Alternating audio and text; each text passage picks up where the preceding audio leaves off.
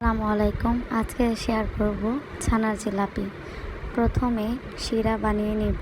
শিরার জন্য আমি নিয়েছি এই কাপটি দিয়ে 3 কাপ পানি আর 1.5 কাপ চিনি। চিনি দিয়ে 2টি এলাচ দিয়ে দিব। এলাচ দেওয়ার পরে ভালোভাবে নেড়ে 5 মিনিট জাল করে বলক এনে শিরাটাকে একটা সাইডে রেখে দিব।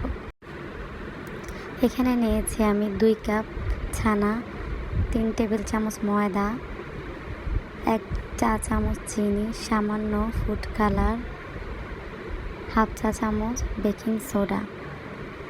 এগুলোকে একসাথে ভালোভাবে মেখে নিব। প্রথমে শুকনো উপকরণগুলোকে মেখে নিয়েছি, এরপর ছানার সাথে সবগুলো একসাথে ভালোভাবে কচলে মেখে নিয়েছি। এবার আস্তে আস্তে হাতের তালু দিয়ে এবং হাত দিয়ে